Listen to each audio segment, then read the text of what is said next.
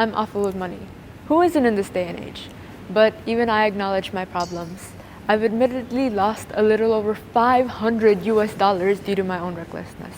Whether there was a game character I just had to have, or I was just walking and it fell out of my pocket. In any case, I looked for someone to blame. Lo and behold, the easiest solution was pointing fingers at a higher being, something that was globally renowned, something that began with a G, government. If the laws were stricter, I never would have lost that money. I used to say so passionately, outraged at this fault, even though it was my own. The government is something we often look to for blame, because we don't understand how it works. Yes, the ruling class is the one that makes the decisions that the public often loads, but the nuances, the complexities of these decisions is what I plan to explore today. Let me pester you with the very minute details first. A government is a set of rules that is put together by people so they can operate together as a unified society. There are many different types of government, but whether you live in an autocratic state or a democratic one, knowing the importance of choices that are being made that directly impact you is necessary. What good is having rights if you don't utilize them? I speak about rights because I'm no stranger to the highs and lows of life. I've set sail in first class to foreign countries with foreign people who travel with wealth as their companion, but I grew up and I was born and raised in a different type of society. One where power outages were the norm. One where an hour's worth of TV was valued more than gold. I have known the highs and lows of life. I'm no stranger to the highs and lows of life. I have been angry, enraged at those who could use the system to their advantage when all I seemed to receive was misfortune. With the temper of an innocent child, I drew a line between us and them. I cursed and bashed their names at every turn. I'm no stranger to the highs and lows of life.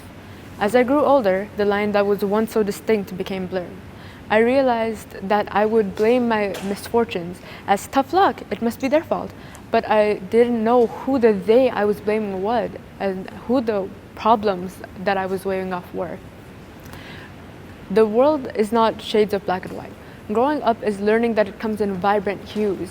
So even if it seems that sometimes every single choice the government makes seems directly tailor-made to smite you, that's not true. Unanimously, the global right put first and foremost by any government is the right to life and liberty, the right to exist, and the right to freedom. So even through corruption and some less than perfect decisions, the government isn't necessarily evil as so many of us have come to view it. Like you and everyone around you, the government simply hopes with change. Even if the way they do might have negative repercussions like inflation, it is not something completely in their control. Still, inflation, alongside with the rest of monetary decisions, have an impact on people all across the globe. High market prices and the statistically backed up rise of low income leads to an almost unavoidable spiral of poverty. Poverty literally means the state of being extremely poor.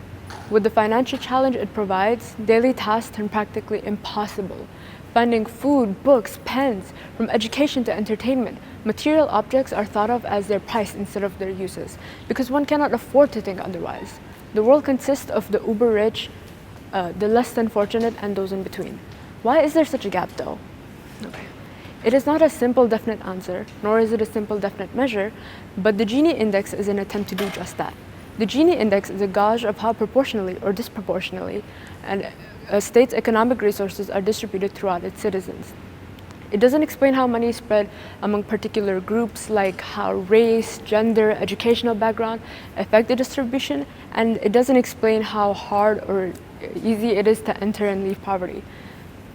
The big gap in economic inequality is entangled with other inequalities, such as imperialism and colonialism and generations of discrimination, along with government decisions. The government decides which type of economy a state can practice. Most go with capitalism to allow free reign of its residents, but do not consider, or maybe they don't care, how much the top earners acquire while the bottom majority keeps on losing capital. But the government is still chosen for the masses. Thus, all countries all across the world offer welfare programs. Welfare programs are the government aid given to people who are unable to work. Government benefit programs can cover rent, utilities, food, and it's temporarily a bearable form of surviving. But surviving isn't living, and living cannot be attained by just surviving. So the able-bodied of that category try to acquire jobs, but with earnings, they no longer meet the requirements for the program, Minimum wage jobs pay you enough so you cannot qualify for it, but they don't pay you enough to cover for the same costs. Instead, offering additional costs on top. People end up with less money than they started with. This is referred to as the welfare trap. People work for many reasons, but income is the biggest incentive. And when income provided by a job turns out to be less than a welfare program, more and more people are less likely to work. Those who are in poverty often realize that there is no real benefit to them working and often choose to stay in poverty instead. There have been many proposed solutions to this, such as removing welfare programs altogether, but this is inhumane because they are still very real people in very real need.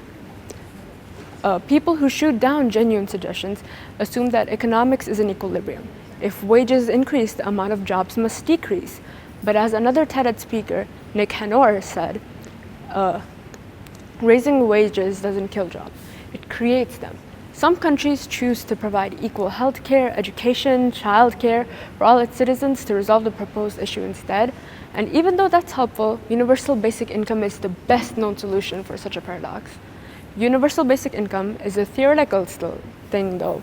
The situation has been tested out in small locations, but never on a countrywide or even a global scale. Why isn't it put into thought though? Why is it cast aside and forgotten? Tragedy of the commons. The tragedy of the commons is a term first conceptualized by William Forster Lloyd and is often used in ecology and other sciences, but relevantly in economics. The tragedy of the commons describes how an individual consumes a resource at the expense of the society, in the same way that the richest consume any resource, ranging from food, water, but the ones that the needy need, the ones who are in suffering. But if nothing works, what can we do for poverty? Is there even a solution to something that's plagued humans since the beginning of time? Was the mass majority of the population born just to die? No.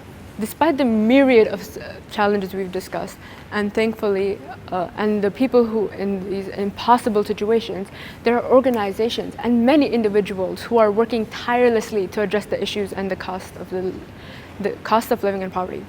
Support your local causes. Support your local organizations. Every minuscule step, no matter how small, is a step in the right direction instead of backwards. Poverty is not a lack of character, it is a lack of wealth. In the same way, government is a set of rules. It is set in paper, not in stone. People change and paychecks change too. Similarly, so does structure. What matters not is who changes it, but which turn it takes. I'm still awful at taking care of money, but that's okay. I know the cost of living and it's a price I'm willing to pay.